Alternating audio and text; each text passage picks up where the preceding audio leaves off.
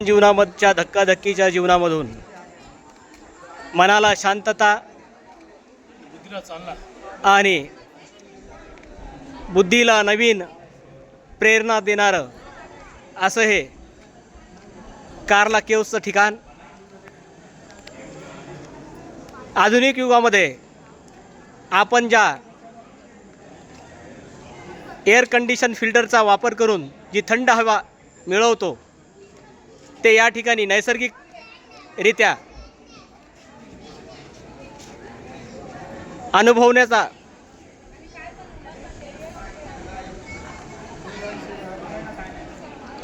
आनंद आपल्याला मिळतो. अशा या ठिकाणाला चिकित्सक आणि निरीक्षण वृत्तीने पाहणारे आमचे स्नेही गायकवाड सर या ठिकाणाचा शोध घेत आहेत. भव्य आणि दिव्य अशा शिलेमध्ये कोरलेलं हे लेण्यांचं ठिकाण आपण बघत आहात.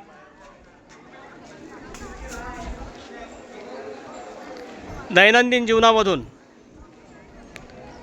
मनाला शांतता आणि एकाग्रत करण्यासाठी या ठिकाणी आपण एक वेळेस अवश्य भेट द्यावी.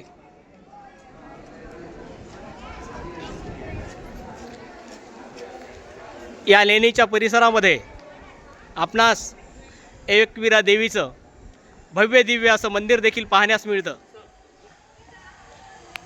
हा त्या देवीचा कळस आणि घुमट आपण जो बघत आहात या भव्य दिव्य लेणीच्या परिसरामध्ये असणारा हा एकविरा देवीचं मंदिर. आणि या मंदिरामध्ये प्रवेश करण्यासाठी आपण या मार्गाने प्रस्थान करून एकविरा देवीच्या भव्य दिव्य अशा मंदिरामध्ये प्रवेश करू शकता. या ठिकाणी प्रवेश करण्यासाठी प्रवेशद्वारावर प्रति व्यक्ती 20 रुपये याप्रमाणे इथल्या प्रशासनाने दर आकारलेला आहे.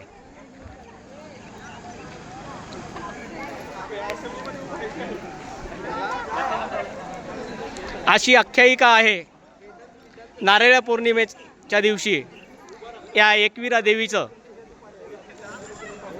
दर्शन घेऊन आपले कोळी बांधव समुद्रामध्ये मच्छीमारी करण्याकरता या देवीचा आशीर्वाद घेऊनच प्रवेश करतात. आणि या येणाऱ्या समुद्रातल्या प्रलयी लाटांपासून एकविरा देवी ही कोळी बांधवांचं रक्षण करते. हा एकविरा देवीचा प्रवेशद्वार.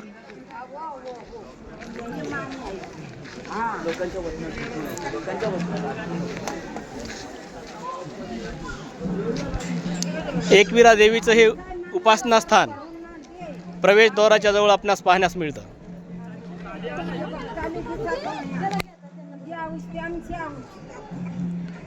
इथे भक्तजन आपली मनोकामना मागण्याकरिता देवीला साकडं घालतात.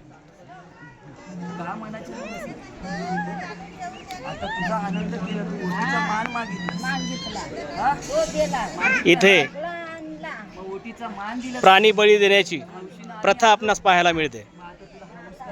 काही भक्तजन देवीची उपासना करण्यासाठी प्राण्याचा बळी देण्याकरिता इथे आलेले आपणास पाहायला मिळत आहेत.